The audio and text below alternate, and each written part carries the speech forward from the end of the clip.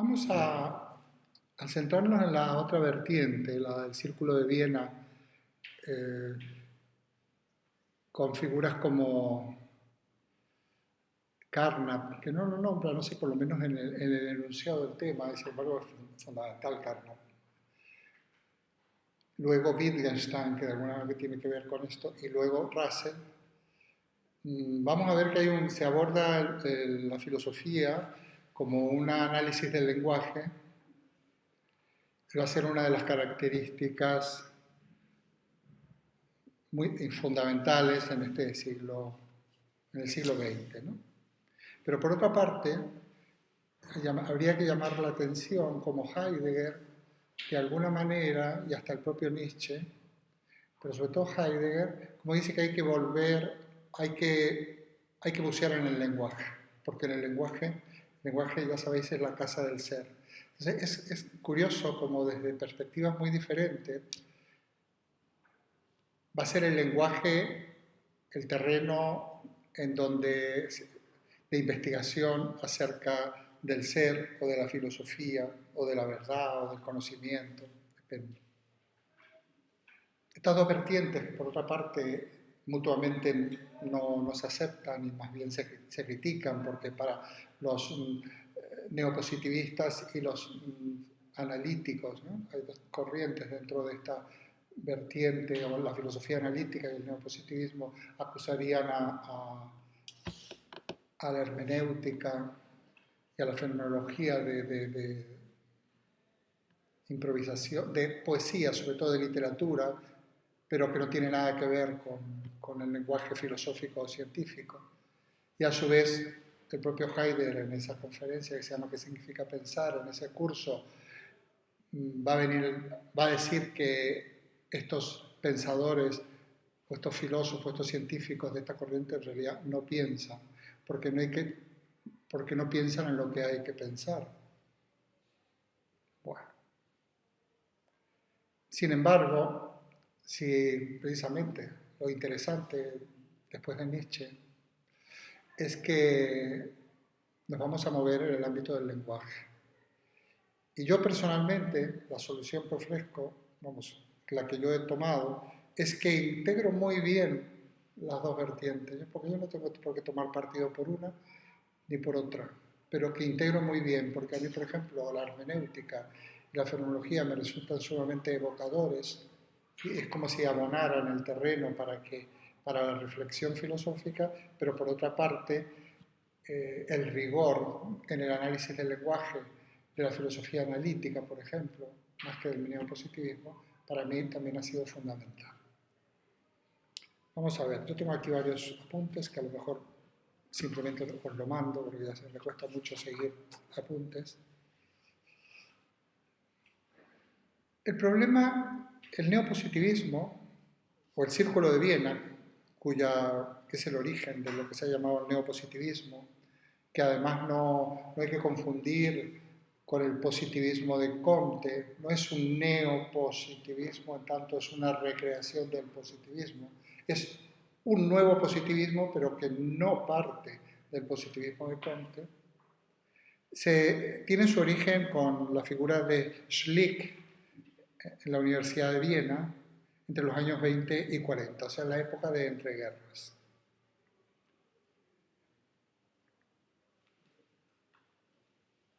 El objetivo fundamental de esta corriente es la definición del conocimiento a través de la formulación de los criterios para su identificación y separación de otros sistemas de ideas no cognoscitivos.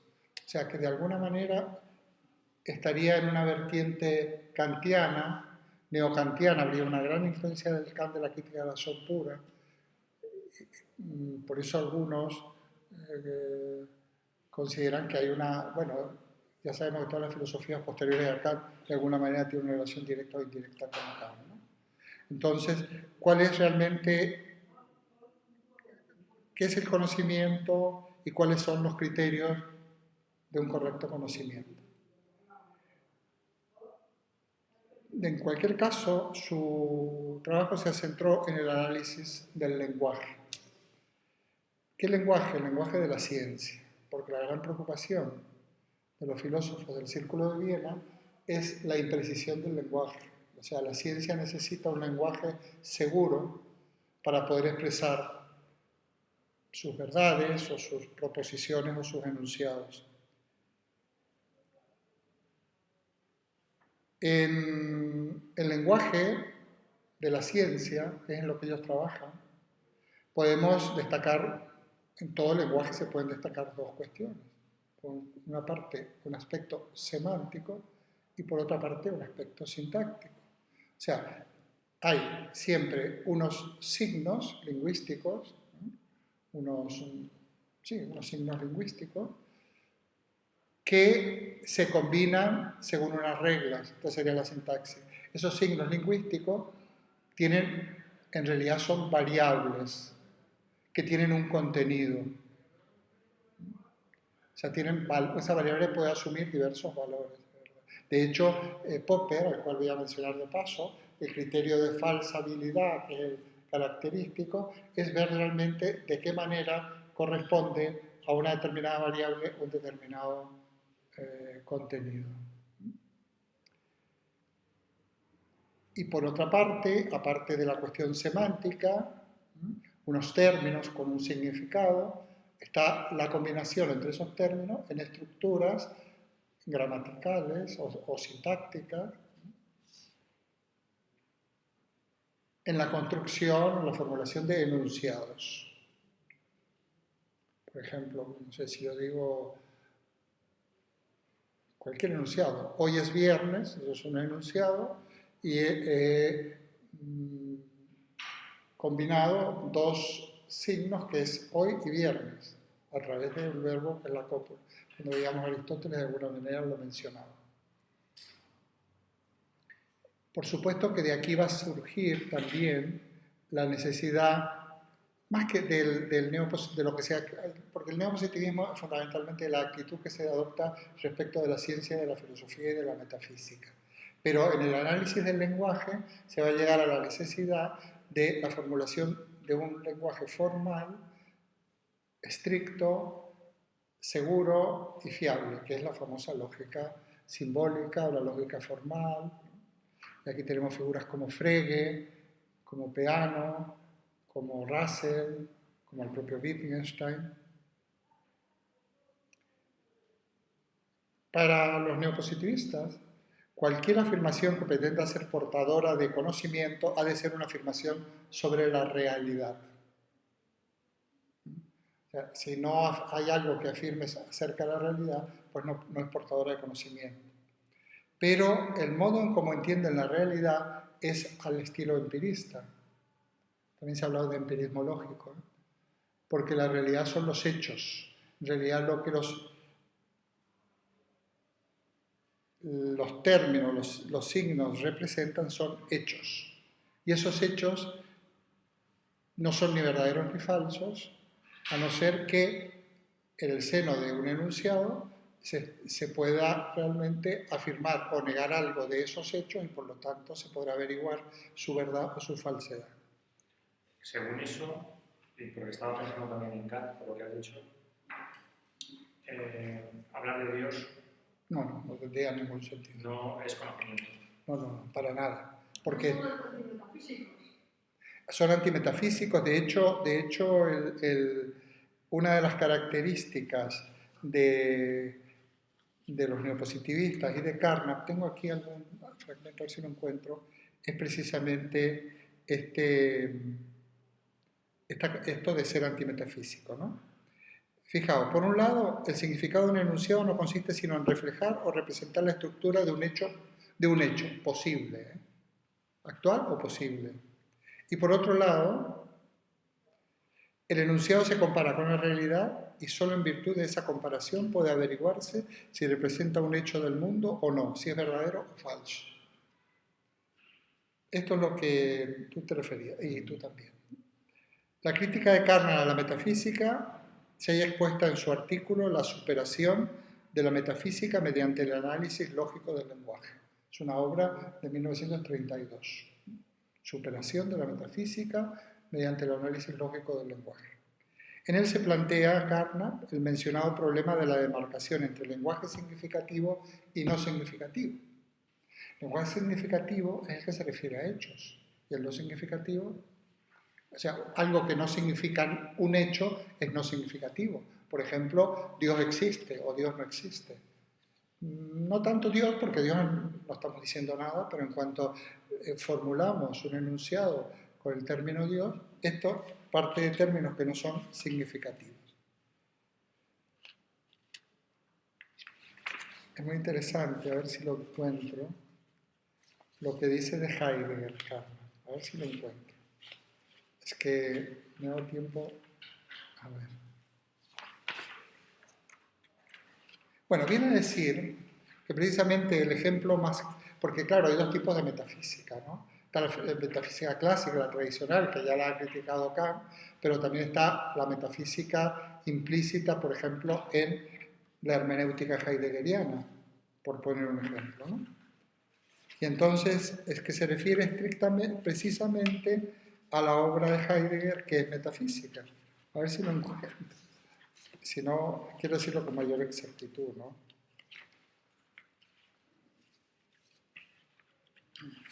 Bueno, no sé dónde lo tengo, o sea que...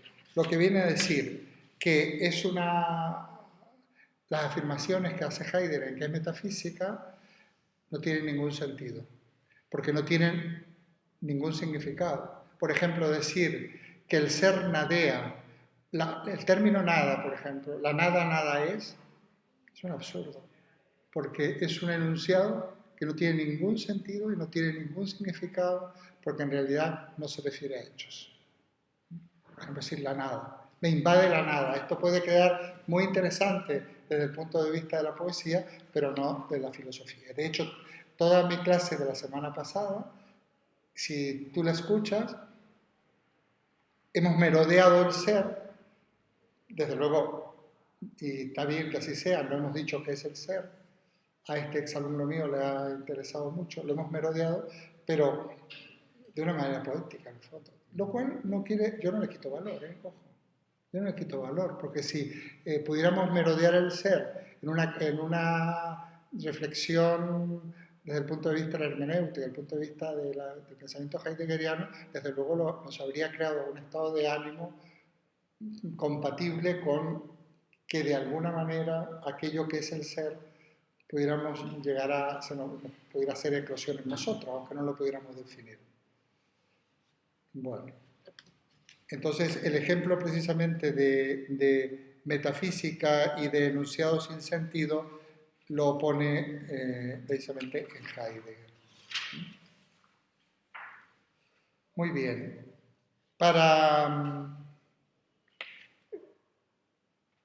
Realmente para comprender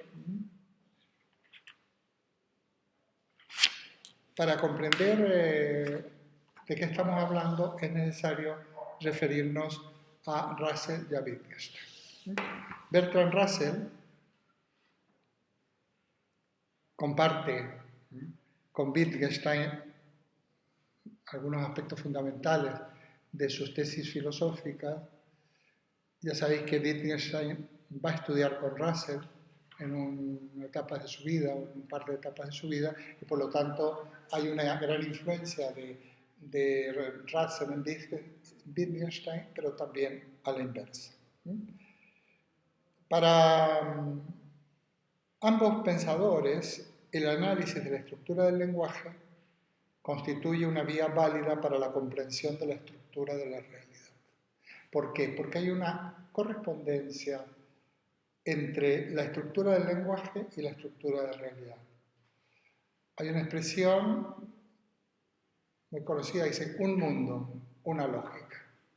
O sea, la lógica en realidad lo que hace es representar la estructura del mundo. Por lo tanto, es posible representar la estructura del mundo en lenguaje lógico.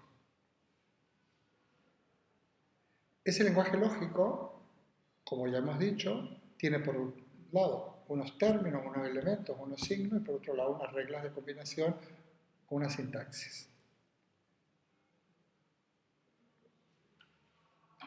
A cada hecho le correspondería un signo. Esto es una de las claves de lo que se ha llamado el atomismo lógico.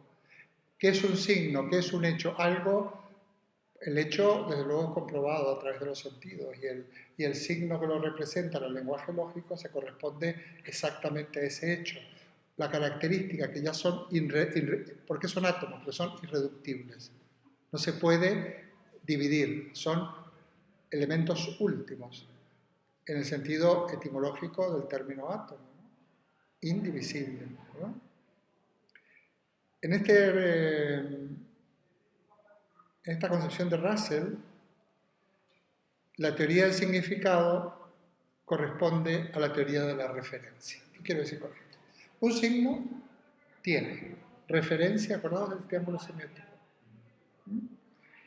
Un signo tiene, digamos, por un lado, significa. Es un significante. ¿No? ¿Qué significa? Algo, el significado. Pero a su vez, ese significado, en el triángulo semiótico, por ejemplo, posee una referencia.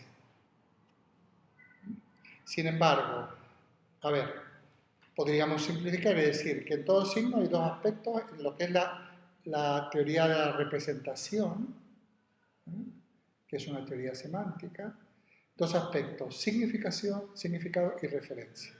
Porque representa un significado el signo, pero también representa un hecho al cual se refiere.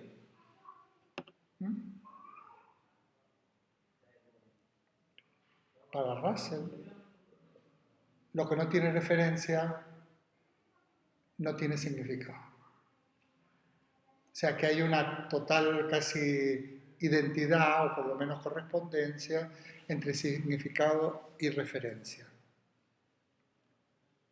Por lo tanto, se ha considerado que esta es una teoría referencialista radical. A cada categoría lógico-lingüística le corresponde una categoría ontológica, lógica pero también ontológica. Bueno, a título informativo, puesto que es un tema, ya sabéis que Russell es un filósofo, es un matemático, es lo mismo. No, en aquellas épocas que no hace tanto, y en el mundo del pensamiento no hay que andar distinguiendo si es filósofo, si es científico, si es matemático, porque ahí estamos. Se le presentó un gran problema matemático a Russell, porque por ejemplo el número 0 carece de referencia y sin embargo es fundamental en las matemáticas. Al final parece ser que Russell, bueno, y no solo eso, los enunciados negativos, porque tú dices, no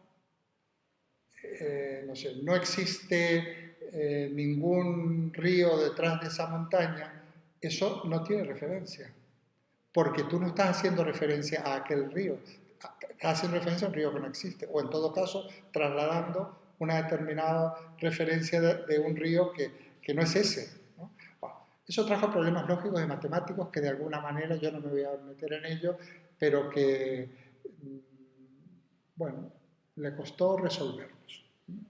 Y por lo tanto recibió, por supuesto, también críticas. De esta teoría referencialista surgiría un lenguaje ideal o lógicamente perfecto. Aquí estamos en la misma línea de lo que estaría la vertiente neopositivista dentro de esta gran corriente, que es poder encontrar y formular el lenguaje unificado de la ciencia. Fijaos, Augusto Comte, que es un positivista, lo que intenta es unificar la ciencia y lo unifica con una importante influencia kantiana en términos de la física. La ciencia es igual a física, por eso hay una física terrestre, que sería la física de toda la vida, una física celeste, que sería la astronomía, una física social, que es la sociología. Una de las características, por otra parte, de la ciencia, ¿sabes?, es la predictibilidad. Entonces, Augusto Comte, la gran aportación de Comte es precisamente la física social o la sociología, porque considera que se pueden predecir los fenómenos sociales. Y de hecho, Fijaos, ahora estamos en una campaña electoral y hay encuestas y hay una predictibilidad que no tiene cada aspecto de la física, según Comte, demuestra de una determinada manera, pero en sociología, en fin, la estadística, los métodos estadísticos que utiliza a partir de muestreos bien hechos, porque pueden ser muestreos pésimos, ¿no? Yo pregunto aquí entre nosotros cuatro, o entre todo el curso, hago un sondeo sobre las elecciones y no tiene nada que ver con que hubiera sido, porque no es aleatorio, porque aquí ya esta gente, esa muestra está agrupada por unos determinados criterios que va a distorsionar la realidad.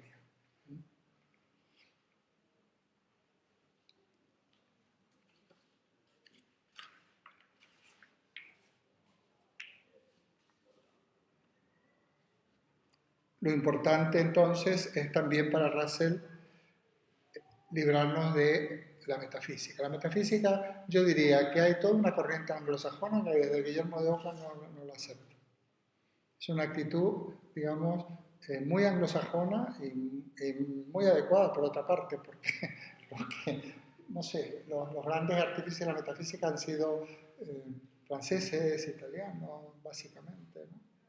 Alemanes, sobre todo alemanes más bien católicos, aparte el catolicismo, ¿no? Habría que investigar. Bueno, hay que erradicar el lenguaje natural porque es lenguaje imperfecto. De hecho, ni la ciencia ni la filosofía pueden utilizar el lenguaje natural. Bueno, nos referíamos a Comte en el sentido que intenta unificar la ciencia y aquí lo que se intenta, no olvidemos que ellos no saben de lo que es el límite del lenguaje, el lenguaje de la ciencia, buscar un lenguaje unificado. De hecho, ese lenguaje unificado existe y es el lenguaje lógico. El lenguaje lógico. Que se utiliza, es el lenguaje que por otra parte las tecnologías de la información y comunicaciones que utilizan. Es un lenguaje que realmente a las variables le asignamos valores, que no es necesario saber ni chino, ni inglés, ni alemán, porque vamos a utilizar las mismas variables y le asignaremos unos determinados valores. El lenguaje con el que funciona toda la tecnología que estamos usando. Ahora bien, ya sabéis que Wittgenstein, una vez que termina el Tractatus, precisamente dice, bueno, esto es todo lo que se puede expresar en este lenguaje perfecto de la ciencia. Esta es la estructura del mundo, esto es el mundo, pero dice, y a partir de aquí solo nos resta callarnos, porque ya no podemos hablar en esta línea. Pero también añade Wittgenstein, y aquí se abre el ámbito de lo místico. La clase anterior decía del misterio, no, de lo místico. Es aquello ante lo cual no puedes hablar, pero que puede causar perplejidad, sobrecogimiento, incluso angustia. Digamos hasta qué punto se toca. Porque a partir de ahí lo único que te queda es merodear. Es merodear aquello inabarcable por el lenguaje, lo inefable, pero que es la mayoría, es lo más grande, ¿no? El lenguaje de la ciencia es la punta del iceberg y el resto del iceberg es aquello que no puede ser expresado en este lenguaje perfecto de la ciencia. Pero esto se ha tenido siempre, eso lo tienen en cuenta todos, ¿eh? Fijaos cuando Kant en la crítica de la razón pura lo que hace es acotar aquello de lo que se puede hablar en el fondo y sin embargo luego escribe la crítica de la razón práctica y dice, y ahora sí que yo voy a postular lo que a mí me da, me cierra todo y aquello que me da sentido a mi vida. Y postulo la existencia de Dios y la inmortalidad del alma porque mi vida no tendría sentido si yo no hubiera otra vida después de esta y si no existiera Dios. Y ya está. Y eso es incuestionable, porque tú puedes decir, bueno, pues no formas parte de la filosofía, tú no entras, tú te quedas fuera, ¿vale? Pero es incuestionable porque son, digamos, maneras diferentes de abordar la gran cuestión del ser, en el fondo. La cuestión del ser, por un lado, es sentido, pero también la cuestión del ser puede tener que ver con verdad. Y entonces, en ese sentido, esa dedicación a la cuestión de la verdad desde tantos puntos de vista, como ha ocurrido en la filosofía de todas las épocas y también en la moderna contemporánea, no deja de tener que ver con la cuestión del sentido, porque la verdad, aunque sea la verdad lógica y la correspondencia entre los enunciados y los hechos, forman parte del sentido, porque si no hubiera una correspondencia entre hechos y enunciados, pues sería todo mucho más caótico. Bueno, aquí es muy interesante, no me va a dar tiempo, de la distinción que hace Bertrand Russell entre nombres propios y auténticos nombres propios. Es muy interesante. Hay una disciplina llamada filosofía del lenguaje, y esto se analiza ampliamente. Yo he sido bastantes años profesor de esto. A ver, un auténtico nombre propio en realidad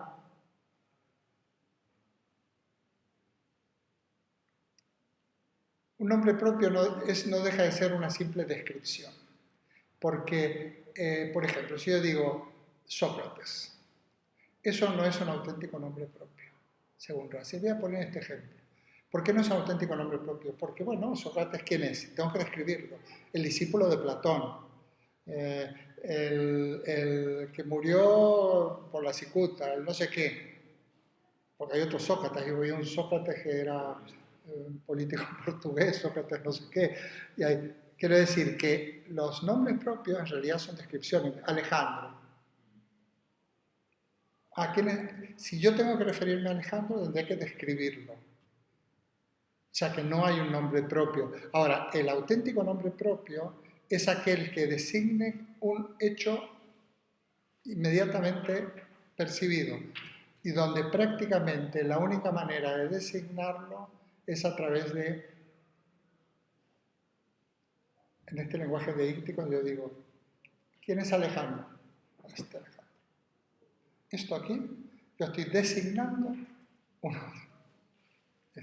O sea que el auténtico nombre propio está referido a hechos puntualmente percibidos, ¿no? Y si no, con eso, nosotros lo que pasa es que muchos son simplemente nombres propios, son descripciones abreviadas. Bueno, se los puede, por supuesto, analizar, se los puede descomponer para ver cuáles son los auténticos nombres propios. Bueno, en esta línea, aquí pone, nosotros no conocemos directamente a Sócrates y por tanto no podemos nombrarlo, no lo conocemos. Fijaos, lo que nos hayan contado. Cuando empleamos la palabra Sócrates hacemos en realidad uso de una descripción. Lo que pensamos al decir Sócrates podría traducirse por expresiones como el maestro de Platón, el filósofo que vivió la cicuta o la persona de quien los lógicos aseguran que es mortal. Mas no emplearemos ciertamente que el nombre como un nombre en sentido propio. No es un auténtico nombre propio. Los nombres lógicamente propios, para Russell, se identifican con los pronombres demostrativos de tipo neutro. Esto, aquello, esto que está ahí, cuando tú señalas y no describes.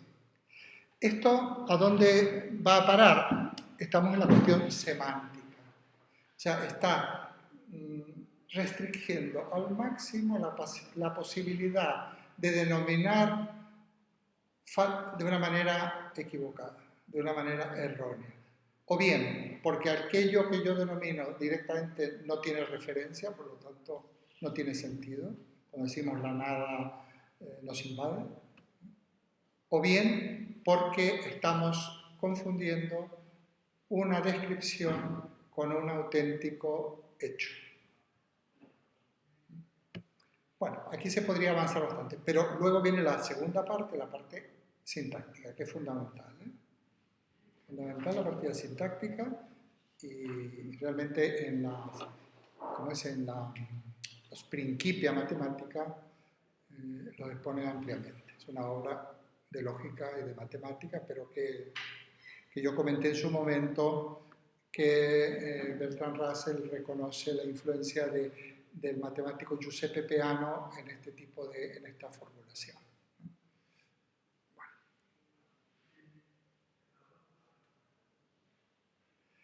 para, fíjate, las expresiones nominales lógicamente propias, o sea, los auténticos nombres propios, solo podrían ser utilizadas por el hablante para referirse a sus propios datos de los sentidos. No son ni siquiera, tú lo decías los otros días, hablando de otra cuestión, hablando de los mundos, ¿no? Tú, el único que se puede referir de una manera propia a un determinado hecho, eres tú, el de tu percepción, y en todo caso yo al mío. Luego habrá un punto de contacto. Es un empirismo radical en cierto modo, pero por otra parte lo único que está buscando es depurar el lenguaje científico. ¿Por qué? Porque se descubre que la ciencia tiene una cantidad de expresiones y de términos que aún buscando el rigor no se refiere a ningún hecho, o en todo caso se refiere a hechos experimentados o captados por otras personas. Entonces ahí vienen los grandes errores de la ciencia. Más, en la ciencia nos hemos basado muchas veces en descripciones de otros y por lo tanto la historia de la ciencia contiene una cantidad de errores que se han repetido en el tiempo, ¿no? Históricamente.